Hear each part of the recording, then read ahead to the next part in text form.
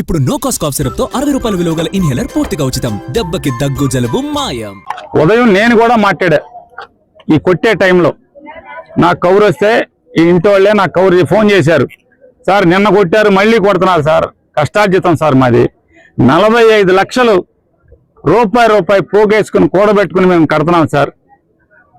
మిగతా నిన్న కొట్టారు సార్. కుల రవీంద్ర గారు నా ఇగో సాటిస్ఫై అవ్వాలన్నాడు సార్. తెలుగుదేశం పార్టీ సర్పంచ్ అయినటువంటి సర్పంచ్ గారు కాళ్ళు కూడా పట్టుకుని సార్ గెస్ట్ హౌస్కి వెళ్ళి మాతో పాటు వచ్చి మా బంధువులండి ఇల్లు కొట్టబాకండి సార్ అంటే నా ప్రెస్టేజీ నువ్వు నోరు మోసుకు వెళ్ళిపోయి ఇక్కడి నుంచి అని చెప్పారు సార్ అని చెప్పి ఫోన్లో చెప్పారు. నేను కమిషనర్ గారికి ఫోన్ చేశా బాపిరాజుకి, ఏమండి కమిషనర్ గారు ఇది దుర్మార్గం నీచం కదా అంటే, ఏం చేస్తాం సార్ మా మంత్రి గారి సంగతి మీకు తెలుసు కదా సార్, మేమేం చేయగలం సార్, కావాలంటే టైం కూడా చెప్తా ఎన్ని గంటలకు మాట్లాడాను మీకు తెలుసు కదా సార్ మా మంత్రి గారి సంగతి, బాగా మేమేం చేయగలం సార్, ఉద్యోగస్తులం సార్ మేమేం చేయగలం సార్ అంటే, పాపం మూట కట్టుకుంటున్నావు బాపిరాజు, పాపం మూట కట్టుకుంటున్నావు, ఉసురు కొట్టుకు పోతాడే మీ మంత్రి, ఉసురు కొట్టుకు పోతాడు, పేద బిక్కి సామాన్యులు ఉసురు కొట్టుకు పోతారు. ఏంటి ఈ పాపాలంటే, లంచం ఇవ్వకపోతే ఇల్లు పడేయటం ఏంటే, గజానికి ఎంత లంచం ఇవ్వటం ఏంటి, లంచం ఇవ్వకపోతే ఇల్లు పడేయటం ఏంటి, ఈ ఆగడాలు ఎంత దాకా వెళ్తున్నాయంటే, అమెరికాలో ఉండి ఎవరో స్థలం అమ్ముకుంటే దానికి కొల్లు రవీంద్ర కలెక్టర్కి ఫోన్ చేసి వాళ్ళకి నోటీస్ ఇవ్వు అంటాడు. ఏంటయ్యా నోటీస్ పరిచేసానంటే 600 గజాలు ఆ స్థలంలో 600 గజాలు మాకు ఇస్తే కొల్లు రవీంద్ర గారికి ఇస్తే ఏం మాట్లాడ్డంట. 600 గజాలు ఇది ఎక్కడ పోయే కాలం బుద్ధులు వస్తున్నాయి, బాగానే మూటలు కట్టుకుంటున్నాం పోగేసుకుంటున్నాం. ఏంటంటే ప్లాన్ లేదు సార్, కొంచెం తొందరపడకుండా ఉండాల్సింది సార్. మంత్రి గారి కమిషనర్ మాట్లాడింది, మంత్రి గారి ఇగో హట్ అయింది సార్, వీళ్ళు తొందరపడకుండా ఉండాల్సింది సార్. ఒక వారం ఆగితే ప్లాన్ వచ్చేసారు సార్. మంత్రి గారిని ఎదిరించి కోర్టుకు వెళ్ళారు సార్, దాంతో మంత్రి గారికి బాగా కోపం వచ్చేసింది సార్. కమిషనర్ గారు మాట్లాడతాడు, మంత్రి గారి కోపం ఇగో హట్ అయిపోయింది సార్, కోపం వచ్చేసింది. నేను ఆయన అడిగా, ఏమయ్యా ఇదే మంత్రి కొల్లు రవీంద్ర బందరకోటలో దొంగ డాక్యుమెంట్ పుట్టించి కోమట్ల ఆస్తికి దొంగ డాక్యుమెంట్ పుట్టించి దాంట్లో పెద్ద బంగ్లా కడుతున్నాడు కదా, దాన్ని కొట్టవా, సిగ్గు లేదా? కొబ్బరి తోట అనేటువంటి పేరున్నటువంటి అంటే సర్కారు తోట మెయిన్ రోడ్డుకి కొబ్బరి తోటకి మధ్యలో ఉన్నటువంటి ప్రాంతంలో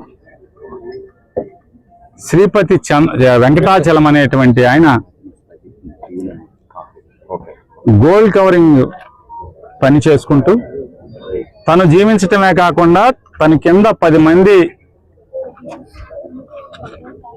ఆర్థికంగా బలహీనమైనటువంటి కుటుంబాలకి జీవనోపాధి కల్పిస్తూ తన రక్తాన్ని చెమటగా మార్చుతూ తను జీవిస్తూ ఎన్నో గడిచిన ఒక రెండు దశాబ్దాలుగా రక్తాన్ని చెమటగా మార్చి చుక్క చుక్కని రూపాయి కింద రూపాయి కూడబెట్టుకుని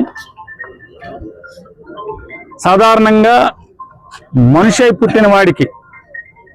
పుట్టిన వాడికి చచ్చేలోపు ఒక్క రోజన్నా సొంత ఇంట్లో బతికి చచ్చిపోవాలనేటువంటి ఆకాంక్ష ఉంటుంది. ఒక్కరోజన్నా సొంత ఇంట్లో పచ్చడేసుకన్నా తిని చచ్చిపోదామని చెప్పాను. మనుషులు కొంటమేంటి, నోరు లేని పక్షులకు కూడా గూడు కట్టుకునేటువంటి కాంక్ష ఉంటుంది. ఇట్లాంటి వీళ్ళు చెమటోడ్చి సంపాదించినటువంటి రూపాయి కూడబెట్టుకున్న దాంతో 290 గజాల స్థలాన్ని ప్రైవేట్ ఆస్తిని కొనుక్కుని ప్లాన్కి అప్లై చేసి వెళ్తే మున్సిపాలిటీలో ఫస్ట్ అతనికి ప్లాన్ అప్లై చేయడానికి బజార్ ఎక్కగానే ఆ బజార్లో ఉన్నటువంటి అందరూ అంటే మున్సిపాలిటీలో లైసెన్స్ పొందినటువంటి సర్వేయర్లందరూ కూడా, బాబు ఆ వార్డు అయితే మచిలీపట్నం మున్సిపల్ కార్పొరేషన్లో ఉన్నటువంటి ఆ వార్డు అయితే కనుక మేము ఎవరం ప్లాన్ పెట్టాం, మాకు ప్లాన్ పెట్టాలంటే అక్కడున్న తెలుగుదేశం పార్టీ ఇన్ఛార్జితో ఫోన్ అన్నా చేయించాలి, లేకపోతే చిన్న కాగితం మొక్కన్నా రాసుకొస్తే తప్పితే మేము ప్లాన్ పెట్టామని చెప్పారని వెంకటచలం గారు చెప్తున్నారు. సరే, తెలుగుదేశం పార్టీ నాయకుడైనటువంటి లైసెన్స్ పొందినటువంటి మున్సిపల్ లైసెన్స్డ్ సర్వేయర్ అనేటువంటి పేర్ల మురళీకృష్ణ గారు, కోస్తా మురళి, ఇంజనీర్ మురళి అనేటువంటి నిక్ నేమ్ లో ఉన్నటువంటి ఆయన, నేను గవర్నమెంట్ లో ఉన్నాలే, నేను అప్లై చేస్తాలే రా అని చెప్పని ఆయన అప్లై చేశాడంట ప్లాన్కి. అప్లై చేసిన తర్వాత ఇంతవరకు ఆయన ఫస్ట్ వెంటనే చెప్పింది ఏంటంటే, అరే బాబు నేను చాలా సీనియర్ బిల్డింగ్ ప్లానర్నే కానీ నేను ఒక 35 ఏళ్ళ నుంచి బందర్లో ప్లాన్లు గీస్తున్నా కానీ నా వల్ల కూడా కాదు ఇది, నువ్వు అక్కడ ఉన్నటువంటి టీడీపీ ఇన్ఛార్జికి బేరం మాట్లాడుకుని మాత్రమే రామని చెప్పారండి. ఇతను ఒకటే, నా కష్టాజితం, నేను బేరం మాట్లాడుకో